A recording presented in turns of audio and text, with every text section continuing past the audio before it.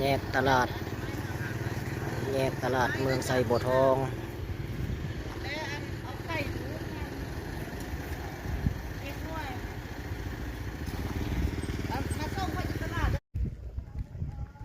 บ่มีตึกใหญ่บ่มีแผ่นดินไหวมลพิษบ่มีอยู่แบบดังเดิม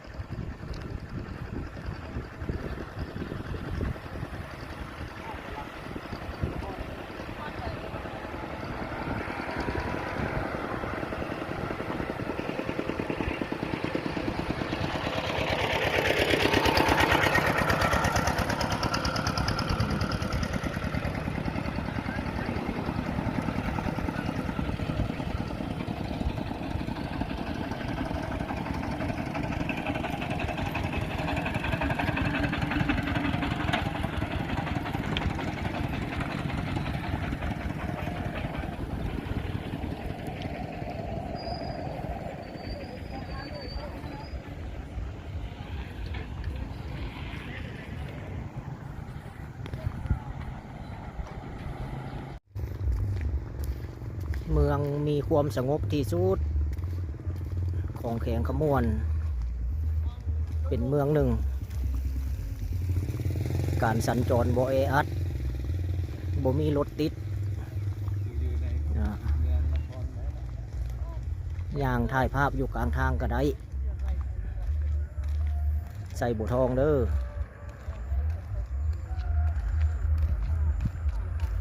เมืองธรรมชาติเมืองหนึ่งของแขวงขมวนนอนอยู่ใน10 ตัวเมือง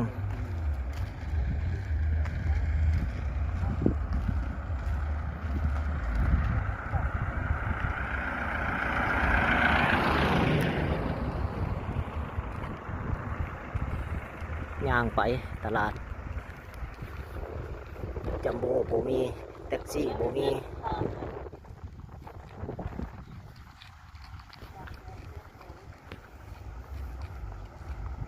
พาหนะส่วนหลายก็มีแต่รถจักรรถถีบไฟฟ้า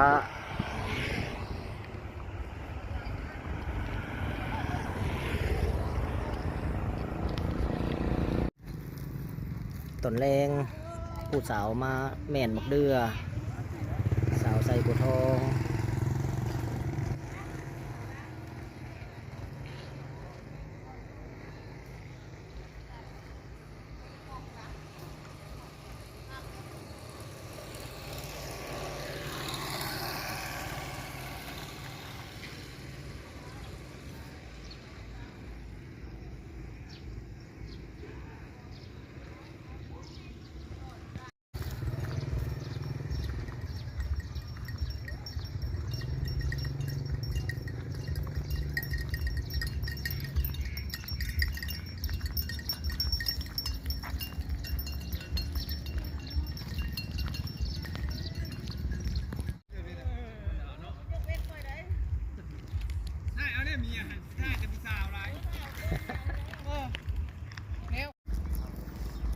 บรรยากาศยามแรงผู้ใดพันดี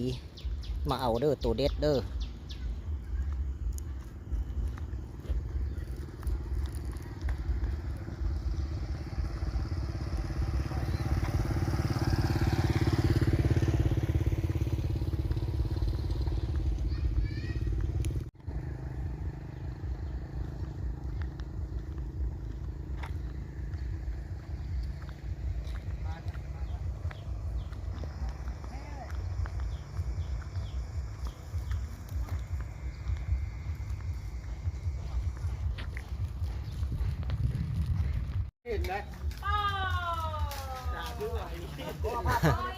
หน่วยงานซอกมิม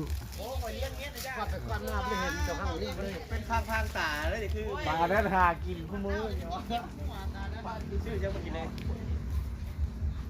ไอ้เช่น้ำปูน้ำปลาไปจัง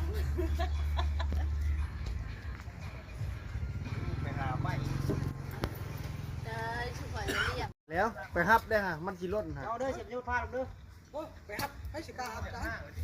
โอ้ยติดบลู ครับอาจารย์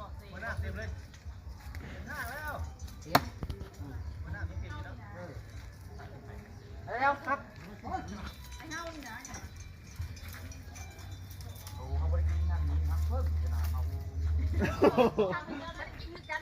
ว่าเวลาลงจะโตลงจะต้องรีจะไปโผล่หน้าเจ็บเมาเอามาโบกแล้วโอ้ย เดินเตะเด้อ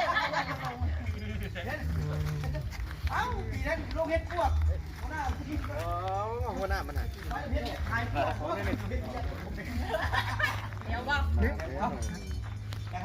ปาดใส่กระป๋องปาดใส่ถุงไปเลย บ่มีถุง เอาถุงโต้งแต่ปาดมันที่ ปาดใส่กระป๋องมั่ง